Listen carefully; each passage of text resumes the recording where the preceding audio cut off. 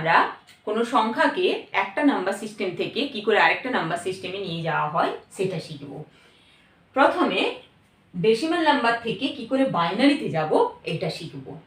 তারপর ডেসিমাল থেকে কি করে অক্টালে এবং ডেসিমাল থেকে কি করে হেক্সাডেসিমালে কোনো সংখ্যাকে নিয়ে যাব সেটা শিখবো। আজকে আমরা এই তিনটে জিনিস শিখবো। ডেসিমাল থেকে বাইনারিতে কোনো সংখ্যাকে কি করে নিয়ে যাব, ডেসিমাল থেকে অক্টালে কি করে নিয়ে যাব, ডেসিমাল থেকে হেক্সাডেসিমালে কি করে নিয়ে যাব। ঠিক আছে, প্রথম তাহলে ডেসিমাল থেকে কি করে বাইনারিতে যাব। ধরো একটি সংখ্যা আছে 270, একে আমরা বাইনারিতে নিয়ে যেতে চাই। এখানে দেখো ডেসিমাল টু বাইনারি লেখা আছে, প্রশ্নে কিন্তু তোমাদের লেখা থাকবে না, প্রশ্নে থাকবে নিচের পরিবর্তনটি করো। এক্ষেত্রে তোমাকে বেস দেখে বুঝতে হবে যে কোথায় থেকে কোথায় যেতে হবে, অর্থাৎ 10 বেস তার মানে ডেসিমাল নাম্বারের বেস 10, তাহলে ডেসিমাল থেকে কোথায় যেতে হবে 2 বেস তার মানে বাইনারিতে যেতে হবে। তাহলে এই সংখ্যাটা ডেসিমালে আছে, একে কোথায় নিয়ে যেতে হবে, বাইনারিতে নিয়ে যেতে হবে। তার জন্য আমাকে কি করতে হবে, তার জন্য এই যে 270 একে আমরা 2 দিয়ে ভাগ করব। ভাগ করার পর ভাগফলটা এখানে নিচে নিচে লিখবো এবং ভাগশেষটা সাইডে লিখবো। দেখো 2 একে 2, 2 3 6, 2 5 10, ভাগশেষ কত 0। একে আবার 2 দিয়ে ভাগ করব, এইভাবে পরপর ভাগ করতে থাকবো 2 দিয়ে দিয়ে। তাহলে একে আবার 2 দিয়ে ভাগ করি, 2 6 12, 2 7 14, 1 2 3 6, 2 3 6, 1 2 একে 2, 2 6 12, 1 2 8 16, 0 2 4 8, 0 2 2 4, 0 2 1 2, 0। এই যে আমার এখানে 1 চলে এসছে, আর দরকার নেই। এবার কেউ যদি চাও একে 2 0 0 দিয়ে ভাগশেষ 1 সেটাও লিখতে পারো, কিন্তু আমি বলবো এখানে ছেড়ে দিলেই হবে। ঠিক আছে, এবার কি করব, আনসার লিখবো। অ্যান্সার লেখার জন্য কিভাবে লিখবো অ্যান্সার, এটা কিন্তু ইম্পর্টেন্ট। অ্যান্সারটা এই যে ভাগশেষগুলো নিচ থেকে পর পর পর পর লিখে যেতে হবে। ঠিক আছে, তার জন্য আমাকে কি করতে হবে, তীর চিহ্ন দিতে হবে নিচ থেকে এরকম উপরের দিকে, এই অর্থাৎ এই যে এই 1 এটাও একটা ভাগশেষ, তাই জন্য আমাকে এই 1 0 0 0 0 1 1 1 0 ভাগশেষগুলো পরপর লিখে যেতে হবে। অ্যান্সারটা লিখি তাহলে এবার। অতএব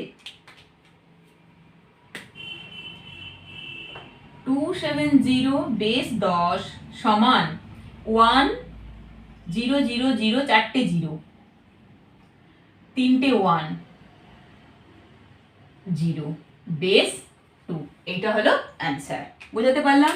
তাহলে প্রতি ক্ষেত্রে 2 দিয়ে ভাগ করব, ভাগফলগুলো নিচে নিচে লিখবো, ভাগশেষগুলো পাশে নোট করব, দিয়ে নিচ থেকে পরপর ভাগশেষগুলো অ্যান্সারে লিখে যাব। এক্ষেত্রে প্রতিটা জিনিসই ভীষণ ইম্পর্টেন্ট। এখানে আমাকে ভাগশেষ কথাটা লিখতেই হবে মাস্ট, তীর চিহ্নটাও দিতে হবে এবং এই অ্যান্সারটাও লিখতে হবে। যদি এই অ্যান্সারটা না লিখো এর জন্য কিন্তু নাম্বার কাটা হয়। ঠিক আছে, তাহলে প্রতিটা জিনিসই এখানে আমার লিখতে হবে। এবার যখন ডেসিমাল থেকে অক্টালে যাব তখন কি করব, যেমন ভাবে ডেসিমাল থেকে বাইনারিতে গেছি ঠিক একই পদ্ধতি ডেসিমাল থেকে অক্টালে যাওয়া বা ডেসিমাল থেকে হেক্সাডেসিমালে যাওয়া। শুধু পার্থক্যটা কোথায়, যখন ডেসিমাল থেকে বাইনারিতে গেছিলাম, বাইনারি মানে বেস হচ্ছে 2, তাই জন্য 2 দিয়ে ভাগ করেছিলাম। অক্টাল মানে বেস হচ্ছে 8, তাই জন্য 8 দিয়ে ভাগ করব। হেক্সাডেসিমাল মানে বেস হচ্ছে 16, তাই জন্য 16 দিয়ে ভাগ করব। ঠিক আছে, তাহলে সে একই আমি সংখ্যা রেখেছি, তাহলে একে আমি অক্টালে নিয়ে যাব। 270 একে অক্টালে নিয়ে যাব, তার জন্য কি করব, 8 দিয়ে ভাগ করব। 8 3 24 30, 8 3 24, এখানে ভাগশেষ কথাটা লিখতেই হবে।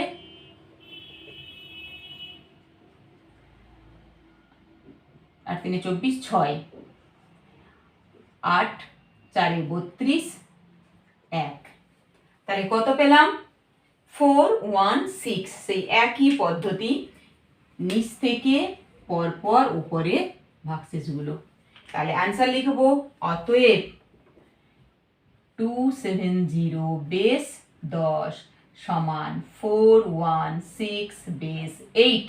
ঠিক আছে, অনুরূপভাবে 270 কে আমি হেক্সাডেসিমালে নিয়ে যাব, তার জন্য কি করব, 16 দিয়ে ভাগ করব।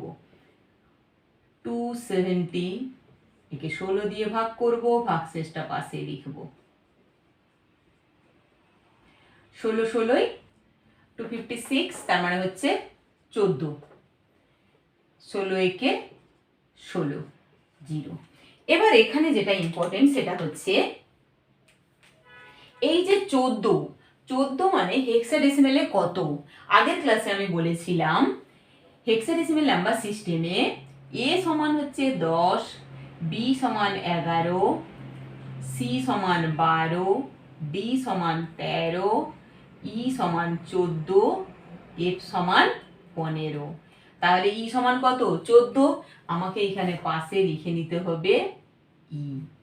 ঠিক আছে, এবার তীর চিহ্নটা দেব নিচ থেকে উপর।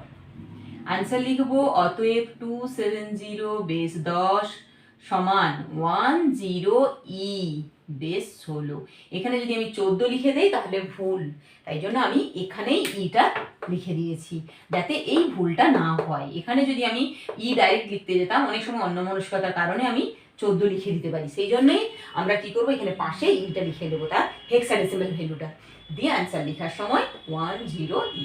ঠিক আছে, তাহলে কি করলাম, যখন ডেসিমেল থেকে অন্য কোনো নাম্বার সিস্টেমে যাব, যে নাম্বার সিস্টেমে যেতে চাই সেই নাম্বার সিস্টেমের বেস দিয়ে ভাগ করব এবং ভাগশেষগুলো নোট করব।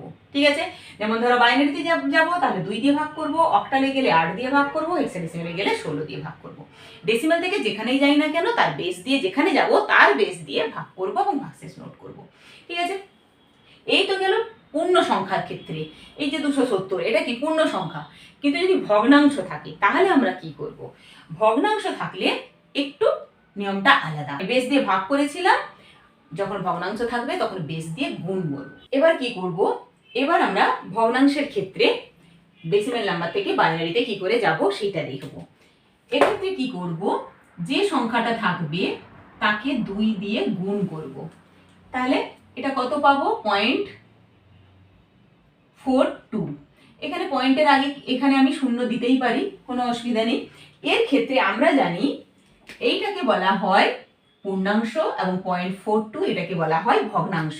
এই পূর্ণাংশ পার্টটাকে আমরা নোট করব আলাদা করে। এবার সেটা কি হিসাবে লিখব, ক্যারি, CARRY, ক্যারি হিসাবে আমরা এটাকে নোট করব পূর্ণাংশ পার্টটাকে।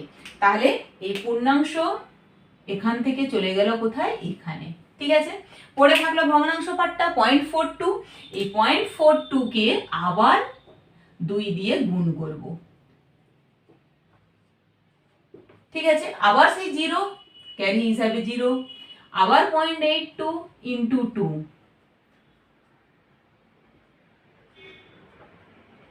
1.64 ইন্টু 2, 1.28 into 2,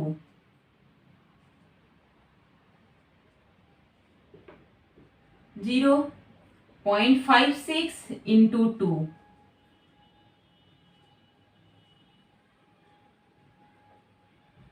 1.12 into 2, 0.240।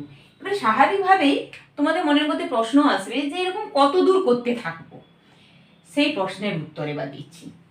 এইভাবে আমরা করতে থাকবো গুণ যতক্ষণ না পর্যন্ত 0.00 আসছে, 1 নম্বর।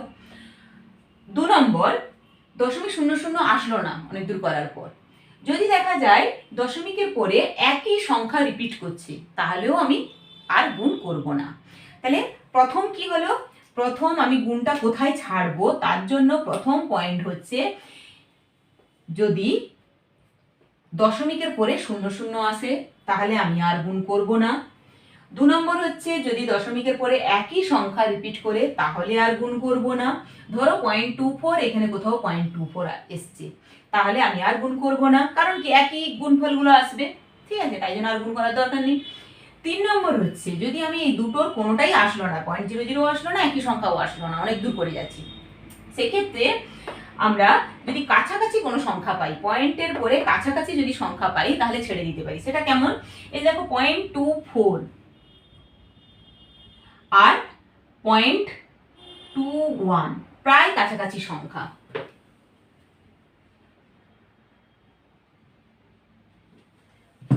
0.24 আর 0.21, প্রায় কাছাকাছি সংখ্যা, তাই জন্য আমি এখানে ছেড়ে দিতে পারি গুণটা, আর নাও করতে পারি, কেউ চাইলে আরও করতে পারে। ঠিক আছে, তাহলে তিনটে নিয়ম, আইদার হচ্ছে 0.00 আসলে ছেড়ে দেবো, অর হচ্ছে একই সংখ্যা রিপিট করলে ছেড়ে দেবো, অর হচ্ছে কাছাকাছি কোনো সংখ্যা আসলে ছেড়ে দেবো।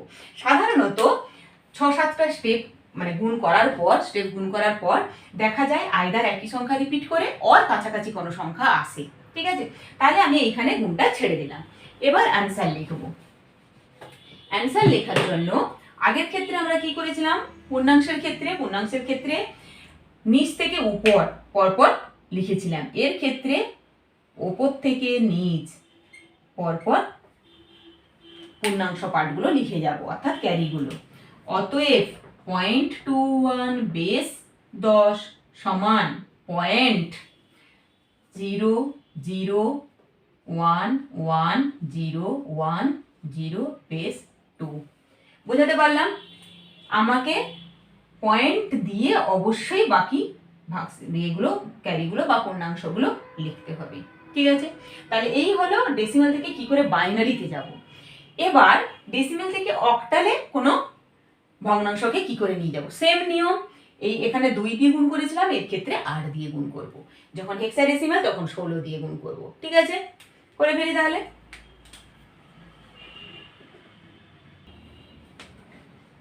এখানে দেখো কি করেছি, প্রতি ক্ষেত্রে 8 দিয়ে গুণ করেছি, দিয়ে গুণফলটা লিখেছি।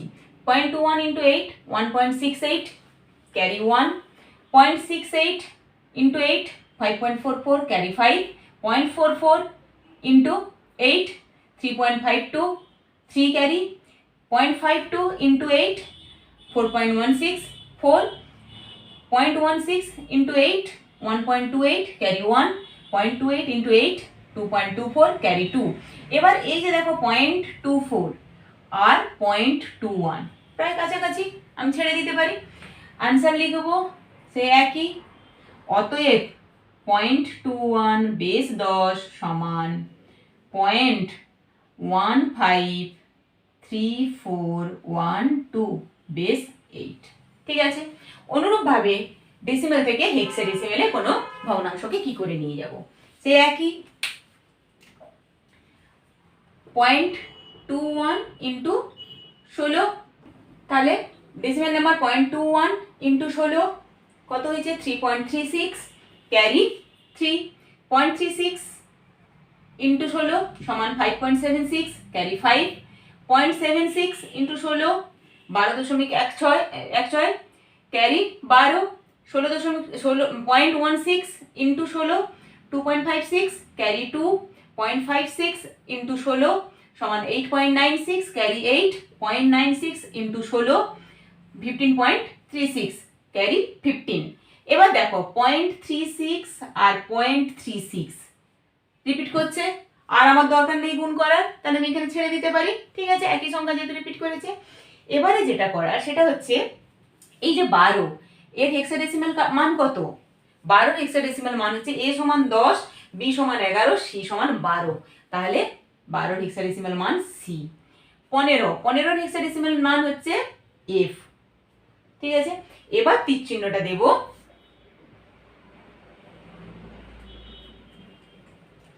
আনসার লিখব।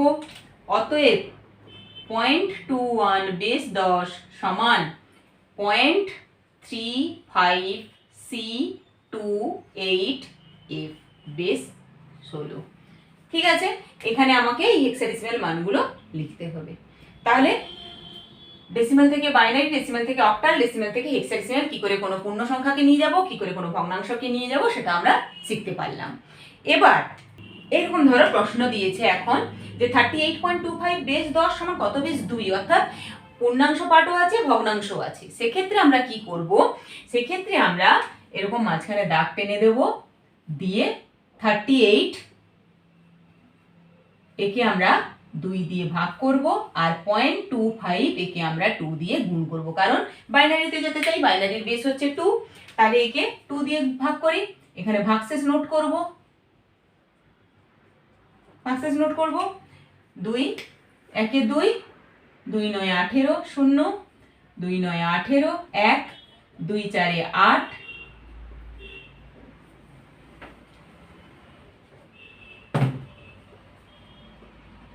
1 2 2 4 0, 2 1 2 0।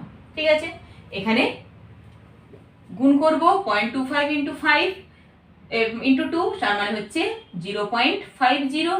এখানে ক্যারি হিসাবে কি নোট হবে? 0।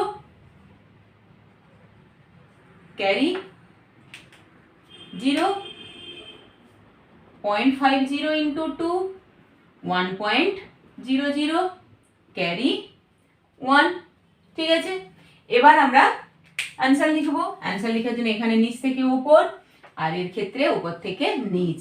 অ্যান্সারটা লিখবো, অতএব 38.25 বেস 10 সমান 100.01 বেস 2।